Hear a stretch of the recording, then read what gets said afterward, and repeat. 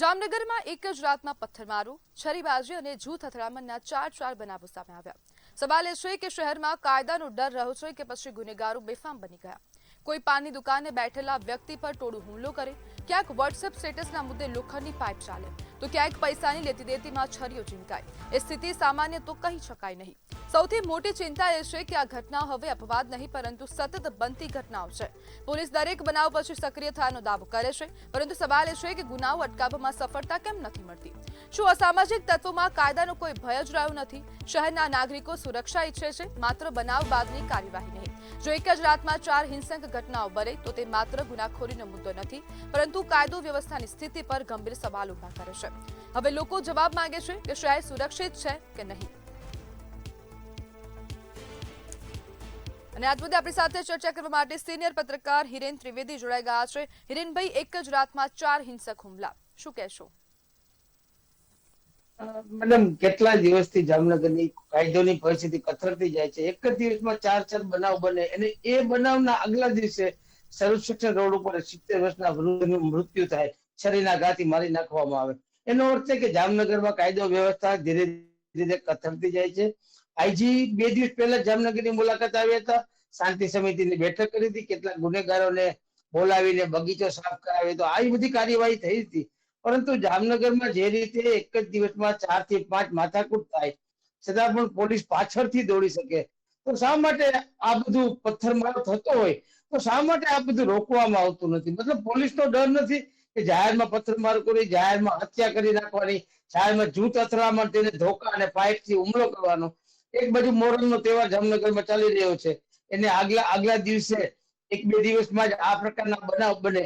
પોલીસે 2 દિવસ પહેલા જે અમુક વિસ્તારમાં ફ્લેગ માર્ચ કાઢી હતી અને ફ્લેગ માર્ચ કાઢ્યા પછી પણ આ પ્રકારે ગુનેગારો બેફામ થઈને ફરતા હોય તો આપણે શું સમજવાનું? જામનગરની સ્થિતિ દિન પ્રતિદિન બગડતી જાય છે. હિરેનભાઈ, એવો કંટ્રોલ પણ હોવો જોઈએ. હા હિરેનભાઈ, તમે કહી રહ્યા છો કે 2 દિવસ પહેલા જ રેન્જ આઈજી આવ્યા હતા. રેન્જ આઈજીનું કામ બગીચા સાફ કરવાનું છે કે પછી ગુનેગારોને સાફ કરવાનું? એ જ વાત છે ને, ગઈગાજી આવ્યા પછી ગુનેગારને બોલાવીને બગીચા સાફ કરીને વાર્તાલાપ થાય એ ઠીક છે, ગુનેગારને બોલાવ્યા એ બરોબર છે, પણ જેવા આઈજી ગયા અને પાછળથી અથડામણ શરૂ થઈને 4 થી 5 અથડામણ થઈ, હજી 2 અથડામણ તો નાનકડી એવી છે કે એના કઈ ગુના પણ નોંધાયા નથી. એનો મતલબ એ કે આઈજી નો ખોફ છે, પણ જામનગરમાં આવે ત્યારે એટલા દિવસ પૂરતો જ, જેવા જામનગરથી વયા જાય અને આઈજી નો ખોફ રહેતો નથી. એ પ્રકારનું જામનગરનું પોલીસ તંત્ર હવે થઈ ગયું છે. જામનગર શહેરમાં ધીરે ધીરે માફિયાઓનું રાજ છે. જમીનમાં માફિયા હોય એ પણ ધીમે ધીમે માથું ઉચકતા જાય છે. કોઈની જમીન પચાવી પાડવાના ગુના અગાઉ પણ બન્યા હતા અને હજુ પણ બને છે, અને છતાં પણ પોલીસ ક્યારેક ગુસ્સીકોટ નો કાયદો લાગુ પાડે, ક્યારેક પાસામાં નાખે. પણ આ બધું કરવા છતાંય પણ જે સમસ્યા છે એ તો એમને જ છે. સામાન્ય માણસ ફરતો હોય ને ઓચિતાની અથડામણ થાય તો વચ્ચે સામાન્ય માણસ પણ આવી જાય છે. 2 જૂથનો જૂનો વિવાદ હોય તો વચ્ચે આવી જાય છે. તો આ બધું બંધ કેમ ના થાય? પણ હવે કાયદાનો એક ડર બેસાડવામાં અથવા તો ગુનાખોરી રોકવામાં ક્યાં ખામી રહી ગઈ? ગુનેખોરી રોકવામાં પોલીસે જે પ્રકાર કરવું જોઈએ, દરરોજ કોમ્બિંગ કરવું જોઈએ, રાત્રે નાઇટમાં પણ કોમ્બિંગ, એ જોયું તેવું થતું નથી એવું મારું માનવું છે.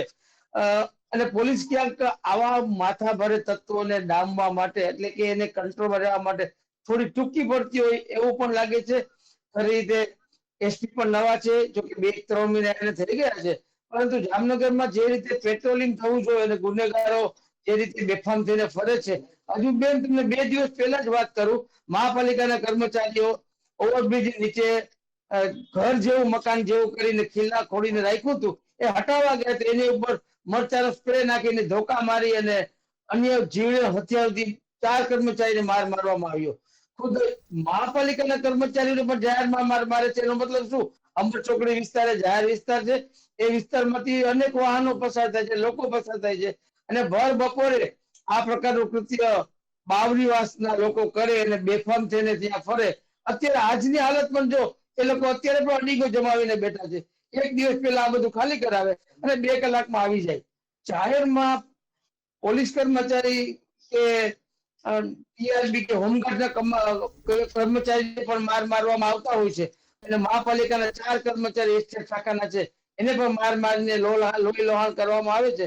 તો પછી કાયદો અને વ્યવસ્થાની સ્થિતિ કેવી છે તો આપ પણ સમજી શકો છો. જી બિલકુલ હિરેનભાઈ, જોડાવા બદલ આપનો આભાર.